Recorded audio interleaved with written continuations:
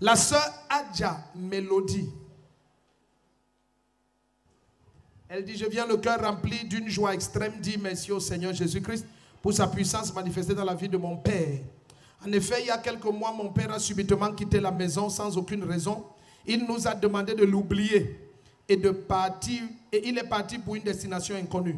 Nous avons plusieurs fois essayé de le contacter par téléphone, mais celui-ci refusait systématiquement de nous parler afin de nous donner des nouvelles. Nous étions très tristes face à cette situation et ma mère ne cessait de pleurer. C'est alors que le 28 juillet 2023, nous avons pris part à la grande nuit des preuves divines. Dis un amen comme le tonnerre.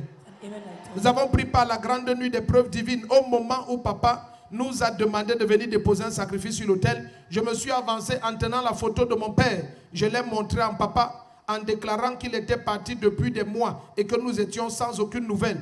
Papa a touché la photo à 2 reprises et il m'a dit, reviens témoigner. Et elle dit, j'étais très déçu car je voulais que papa dise absolument quelque chose de concret sur mon père. Tu voulais quelque chose de concret. Amen.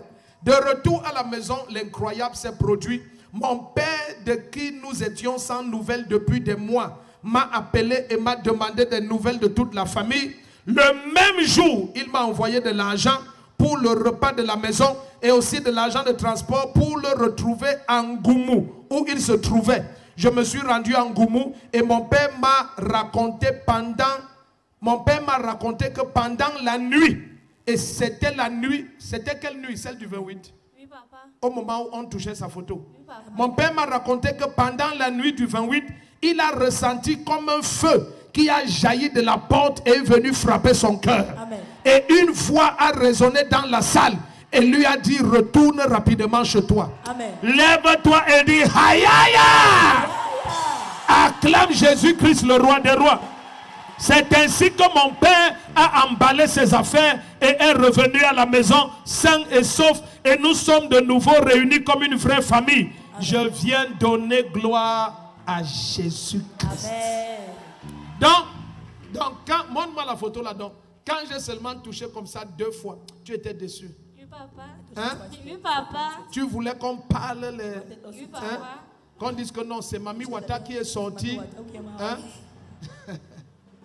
Mais ton papa dit que la même nuit, un feu a fait comment? Donc son cœur chauffait et il entendait une voix qui dit que rentre dans ta famille. Et mon petit frère dit que la même nuit disait encore que ça va vite et ramène-moi ta maman et tes soeurs ici parce que je ne me sens pas, je suis vraiment donc embrouillée. Où est ta maman? Donc ton mari est rentré. Hein? Il est où alors? Il est où? Il n'est pas venu. Profite quand le fait est chaud comme ça, tu l'amènes. Il va venir dimanche. Il est encore musulman. Non, il a changé, papa. Il a aussi changé. Oui, oh, dis aïe aïe aïe. La grâce vient dans toute cette famille. Celui qui dit amen, c'est que Satan détruisait et reconstruit. Je m'appelle Hadja Mélodie et ça c'est Kwasuni Grechos.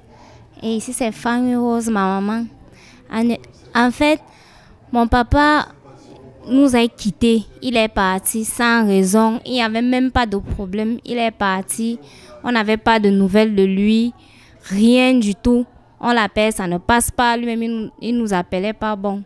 Un jour, on s'est rendu ici à l'église. On est rentré, on a trouvé qu'il a foncé la porte et cassé et prendre toutes ces choses. Il est parti. La nouvelle qu'il a laissée est qu'on ne le cherche plus, qu'on l'oublie.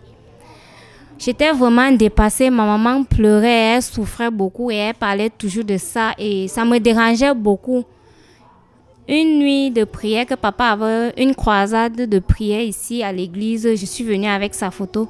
Lorsque papa demandait qu'on vienne avec les sacrifices devant, je suis venue avec la photo de mon papa et j'ai présenté. Papa a posé. Malgré que je voulais qu'il prophétise sur cette photo, il ne l'a pas fait. J'ai cru et je suis rentrée m'asseoir. Surprise, le lendemain, mon père m'appelle.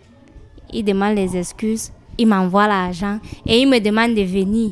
Je suis allée. En arrivant, il commence à m'expliquer ce qui lui est arrivé. Une voix qui le demandait de rentrer dans sa famille. Son cœur chauffait comme si s'il ne nous voit pas, il va mourir. Donc, il se sentait très mal à l'aise. Je lui ai seulement dit, ah, c'est papa qui a touché ta photo. Après, il m'a dit vraiment, c'est vraiment bien.